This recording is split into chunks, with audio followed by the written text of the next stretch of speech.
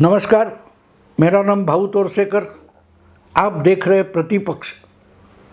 और बहुत जल्दी प्रतिपक्ष का हिंदी चैनल प्रतिवाद नाम से शुरू होने वाला है। इसकी शुरुआत भी हो गई है। जो वीडियो आप अभी देख रहे हो वही वीडियो प्रतिवाद नाम के अलग चैनल पर भी एक साथ जाने वाला है। इसलिए आपको मैं रिक्वेस्ट करता हूँ, विनती करता हूँ कि आप प्रतिवाद यूट्यूब चैनल भी सब्सक्राइब करें अगर प्रतिपक्ष देख रहे हो तो। और 4 महीने के बाद प्रतिपक्ष में हिंदी वीडियो डालना मैं बंद करूँगा और उसके बाद मेरे हिंदी वीडियो भाऊ तोरसेकर के हिंदी वीडियो सिर्फ प्रतिवाद चैनल पर रहेंगे, जिसकी लिंक मैंने डिस्क्रिप्शन बॉक्स में नीचे दी है। आप वहाँ जाकर विजिट कर सकते हैं और प्रतिवाद को भी सब्सक्राइब कर सकते हैं, क्योंकि 4 महीने बाद हिंदी वीडियो सिर्फ प्रतिवाद पर आएंगे। ठीक है, अब मैं अपने सब्जेक्ट की तरफ मुड़ जाता हूँ। दोस्तों, एक चर्चा लोकसभा चुनाव के बाद एक हफ्ता हुआ और महाराष्ट्र में मुंबई में एक चर्चा छिड़ गई है कि क्या उद्धव ठाकरे बहुत जल्दी एनडीए में वापस चले जाएंगे। इस चुनाव के रिजल्ट के बाद महाविकास आघाड़ी जो महाराष्ट्र में है, कांग्रेस, एनसीपी और शिवसेना उद्धव बालासाहेब ठाकरे, इन तीनों पार्टी की जो महाविकास आघाड़ी है उसका कोई भविष्य है या नहीं है।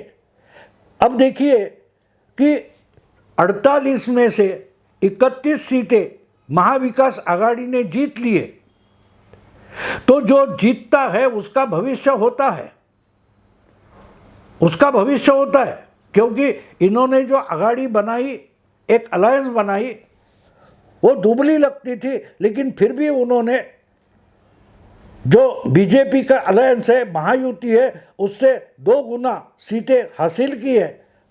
अच्छा सक्सेस मिला है। फिर भी ऐसा क्यों बोला जा रहा है कि महाविकास आघाड़ी का कोई भविष्य है या नहीं?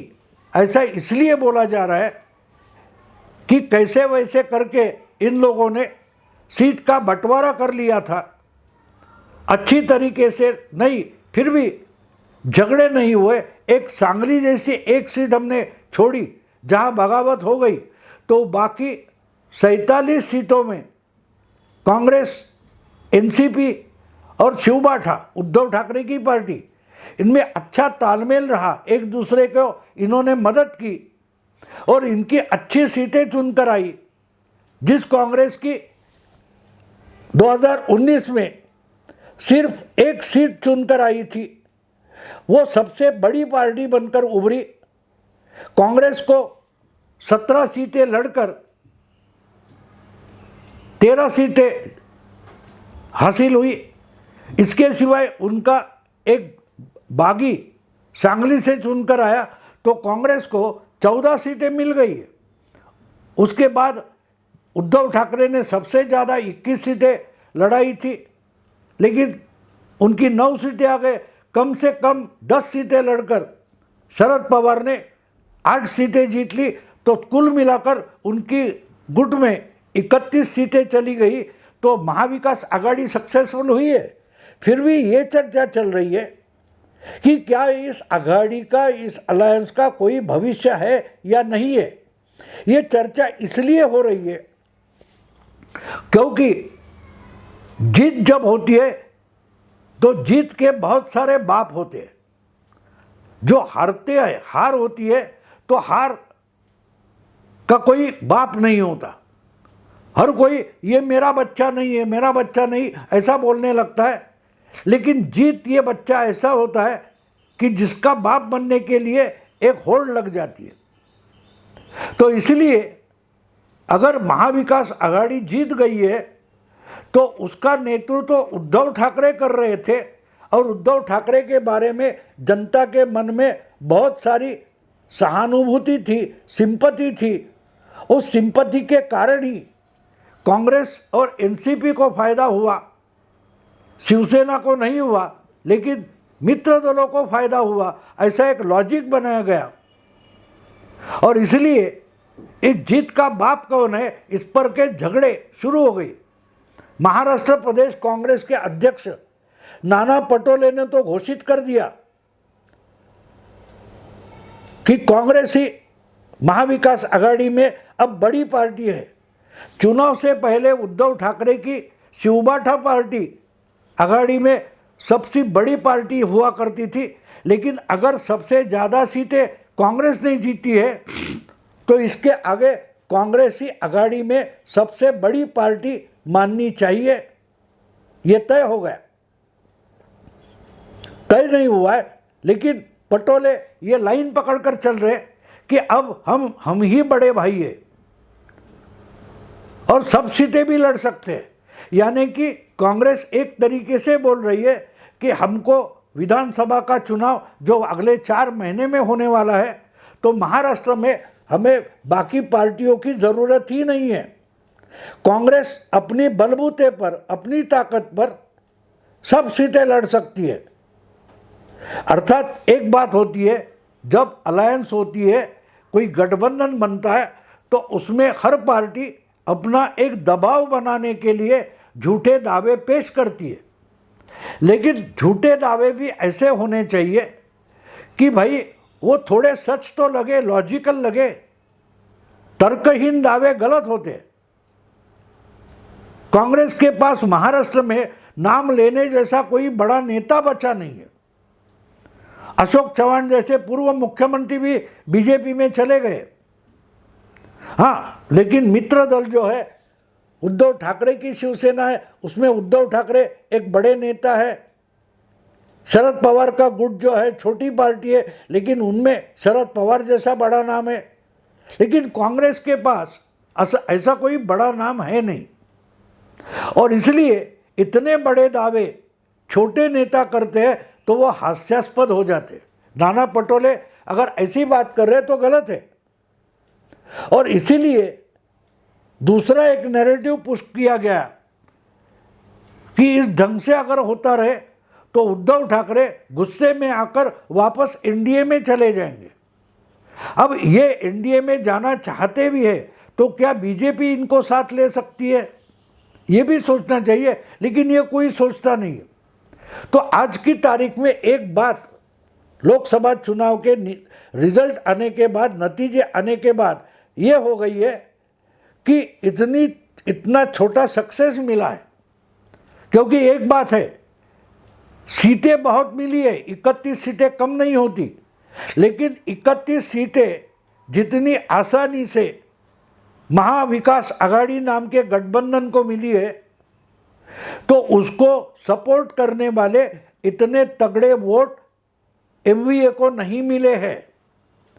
महायुति के जो 3 पार्टियां हैं वो हार गई है, 17 सीटों पर जीत गई, उनकी सीटें कम हो गई, सच्ची बात है।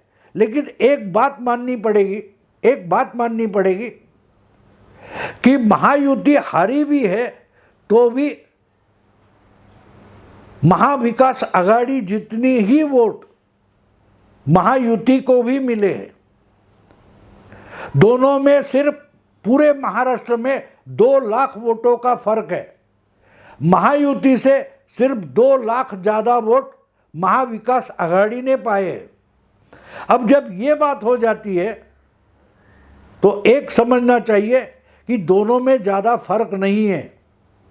अगर मुस्लिम वोट बैंक बनकर महाविकास आघाड़ी के पीछे खड़ी नहीं हो जाती तो इतना आसान नहीं था। और इसलिए अगर कांग्रेस मानती है कि हमने 13 सीटें जीती है इसलिए हम ही बड़े भैया बन गए, सबसे बड़ी हमारी ही पार्टी है, तो उद्धव ठाकरे भी बोल सकते हैं कि हमने तो 9 सीटें जीती है, हमें भी कम वोट नहीं मिले। अगर कांग्रेस और शिवसेना दोनों के वोट हम देखते और एनसीपी के भी देखते तो इन्होंने कम ज़्यादा सीटें लड़ाई है, लेकिन हर पार्टी को इधर उधर करके बिल्कुल समसमान वोटिंग हुई। 1% इधर उधर हो सकते, लेकिन इसमें ये बड़ा है वो छोटा है ऐसे मानने की कोई बात नहीं है। लेकिन आज से ही इनमें अगर झगड़े शुरू हो गए है तो उसका एक कारण ये है कि जो नैरेटिव फैलाए जाते हैं मीडिया में, ये नैरेटिव पिछले 2 साल से चल रहा था कि उद्धव ठाकरे की सरकार गिराई गई, उनकी पार्टी तोड़ी गई, शरद पवार की पार्टी तोड़ी गई, तो इसके लिए बीजेपी के खिलाफ जनमत गया है और पवार और उद्धव ठाकरे के लिए बड़ी भारी सिंपैथी जनरेट हो गई है। तो ये सरासर झूठ था, ये नैरेटिव था। उसका थोड़ा फायदा उनको मिला, लेकिन वोटर भी उनके पीछे नहीं गया है। हम बारीकी से देखें तो शिवसेना पिछले 20-30 साल में जितने चुनाव लड़ी, तो शिवसेना ने अपने बल से या युति बनाकर बीजेपी के साथ चुनाव लड़े, उसमें कभी भी शिवसेना 20% से आगे नहीं गई थी। अगर आज शिवसेना के 2 टुकड़े हो गए तो उस 20% में एकनाथ शिंदे अगर 13% वोट लेते हैं तो उद्धव ठाकरे को सिंपैथी थी, ये सरासर झूठ सिद्ध हो जाता है। अगर सिंपैथी होती तो शिवसेना का जो बेस है उसमें से बड़ा हिस्सा उद्धव के पास आ जाता, ना कि एकनाथ शिंदे के पास जाता। तो एक बात साफ है कि उद्धव ठाकरे को 7-8% ओरिजिनल शिवसेना का वोटर मिला है, बाकी जो उनको 12% 11% ज़्यादा वोट मिले हैं वो कांग्रेस या मुस्लिम वोट बैंक है। उस पर भरोसा करके उद्धव ठाकरे अपनी ताकत पर चुनाव नहीं लड़ सकते। उनको कांग्रेस, एनसीपी और मुस्लिम वोट बैंक का आधार लेना ही पड़ेगा। लेकिन आने वाले समय में क्या विधानसभा के चुनाव में, कारपोरेशन के चुनाव में वही मुस्लिम वोट बैंक उद्धव के पीछे खड़ी हो जाएगी? मुझे तो ऐसा नहीं लगता, क्योंकि ये सब आंकड़े पेश करने वाले लोग एक बात भूल जाते हैं कि मुस्लिम वोट बैंक किसी पार्टी की नहीं होती। अगर मुस्लिम वोट बैंक मुस्लिम पार्टी मानी जाती है, उस समाजवादी पार्टी के पीछे डटकर खड़ी नहीं होती, जिसका नेता मुस्लिम है और वो मुस्लिम पॉलिटिक्स की ही बात करता है। ऐसे असादुद्दीन ओवैसी, उनकी एमआईएम पार्टी जो है, उसके पीछे भी मुस्लिम वोट बैंक डटकर खड़ी नहीं होती। समय अनुसार जो भी बीजेपी को हराने वाला कैंडिडेट या पार्टी होती है, उसके पीछे मुस्लिम वोट बैंक चली जाती है। लोकसभा चुनाव में समाजवादी पार्टी हो या एमआईएम पार्टी हो, उनका एक औरंगाबाद संभाजी नगर छोड़कर कोई कैंडिडेट था ही नहीं। इसलिए वो पूरी की पूरी वोट बैंक, पूरी मुस्लिम वोट बैंक कांग्रेस, एनसीपी और उद्धव ठाकरे के पीछे चली गई, क्योंकि वो बीजेपी के खिलाफ लड़ रहे थे। राज ठाकरे ने बिल्कुल सही कहा, उद्धव ठाकरे को मराठी मानुस का वोट नहीं मिला है। जो मोदी पर गुस्साए लोग थे, जो मोदी को हराना चाहते थे, ऐसे वोटर का वोट ही उद्धव ठाकरे को मिला है, ना कि मराठी मानुस का मिला है। तो अगर ये वोटर जो ज़्यादा से ज़्यादा मुस्लिम वोट बैंक है, वो हमेशा टैक्टिकल वोटिंग करती है। वो टैक्टिस ये होती है कि हमको बीजेपी को हराना है। अब लोकसभा में कोई तगड़ा कैंडिडेट अकेला इम्तियाज जलील औरंगाबाद में था, तो उसने शिंदे की शिवसेना का कैंडिडेट था, उससे अच्छी लड़ाई की, लेकिन वो वोट उद्धव के ही कैंडिडेट चंद्रकांत खैरे औरंगाबाद में थे, उनको वोटिंग नहीं की है, नहीं की है। अगर औरंगाबाद में मुस्लिम वोटर तगड़ा कैंडिडेट होने के कारण ओवैसी के पीछे जाता है और बाकी पूरे महाराष्ट्र में मुस्लिम वोट बैंक उद्धव या कांग्रेस या एनसीपी के पास चली जाती है, तो उसमें से एक सीख हमें लेनी चाहिए कि मुस्लिम वोट बैंक हम जिसको बोलते हैं, वो कभी भी एक पार्टी के साथ नहीं रहती। उनकी आइडिया साफ होती है। जो बीजेपी को हराने वाला उम्मीदवार होगा या पार्टी होगी, हम उसके साथ चले जाएंगे। जिस राज्य में जो पार्टी बीजेपी के खिलाफ सबसे स्ट्रांग है, समाजवादी पार्टी यूपी में स्ट्रांग थी, ममता दीदी बंगाल में स्ट्रांग थी बीजेपी के खिलाफ, उनके साथ चले गए।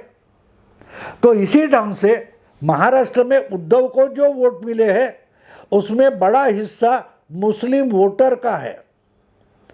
अब देखिए, जब विधानसभा का चुनाव आता है तो अलग अलग हिस्सों में, अब मालेगांव में देखो, धुले लोकसभा चुनाव क्षेत्र जो है उसमें 6 विधानसभा क्षेत्र आते, उसमें 5 विधानसभा क्षेत्र में बीजेपी का कैंडिडेट भामरे लीड रह रहा था, आगे था, लेकिन अकेले 6ठे विधानसभा क्षेत्र मालेगांव मध्य में वो हार गया और लोकसभा में हार गया।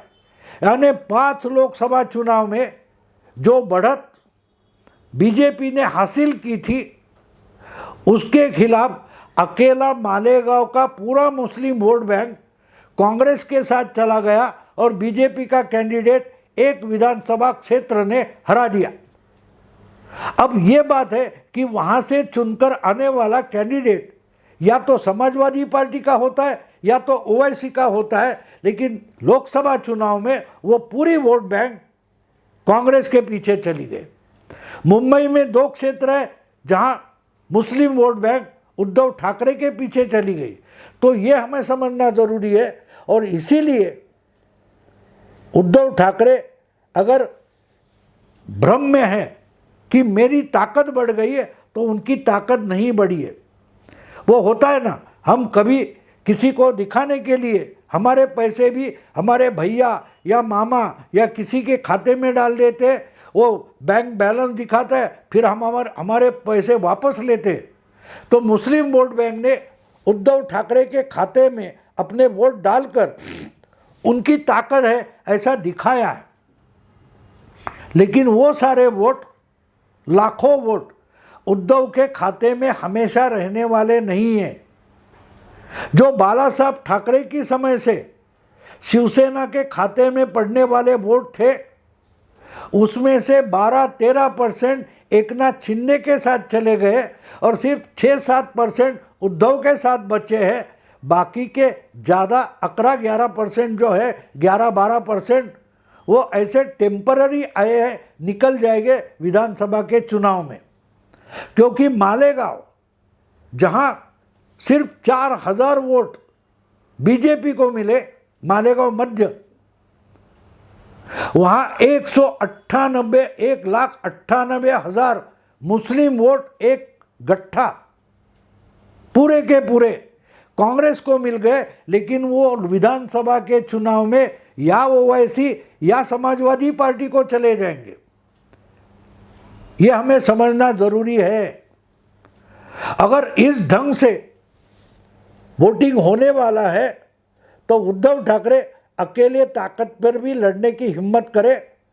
उनको 25 एमएलए भी चुनकर लाना मुश्किल हो जाएगा, क्योंकि ये वोटर जब विधानसभा का चुनाव आया तो उनको अगर लगेगा कि इस क्षेत्र में बीजेपी को हराने वाली पार्टी एनसीपी है, तो वो मुस्लिम वोटर एनसीपी के साथ जाएगा। अगर लगता है कि भाई यहाँ कांग्रेस का स्ट्रांग लीडर है, कांग्रेस का स्ट्रांग लीडर बीजेपी को हराएगा, तो वो वोटर उद्धव के साथ नहीं रहेगा, वो कांग्रेस के पास चला जाएगा। इसलिए महाविकास आघाड़ी रहती है तो छुटपुट जगह पर उद्धव ठाकरे को मुस्लिम वोट का फायदा मिलेगा, कांग्रेस को मिलेगा, एनसीपी को मिलेगा। लेकिन जहां ऐसी बात नहीं है और असाउद्दीन ओवैसी की एमआईएम या समाजवादी पार्टी का कैंडिडेट उस चुनाव क्षेत्र में, विधानसभा क्षेत्र में अगर स्ट्रांग रहता है, तो ये वोटर उनके पास चला जाएगा, उद्धव को साथ नहीं देगा। और इसलिए विधानसभा के चुनाव में उद्धव की ताकत हम घटती हुई देखेंगे। विधानसभा चुनाव में, लोकसभा चुनाव में अलायंस यानी एमवीए और महायुति, इसमें सिर्फ आधे से कम % का फर्क है। बीजेपी अगर आलस छोड़कर ताकत लगा दे तो 2% वोट बढ़ाती है महायुति, तो भी महाराष्ट्र में महाविकास आघाड़ी का सुपड़ा साफ हो जाएगा। इसलिए बोला जा रहा है कि क्या उद्धव महाविकास आघाड़ी में टिकेंगे या एनडीए में चले जाएंगे।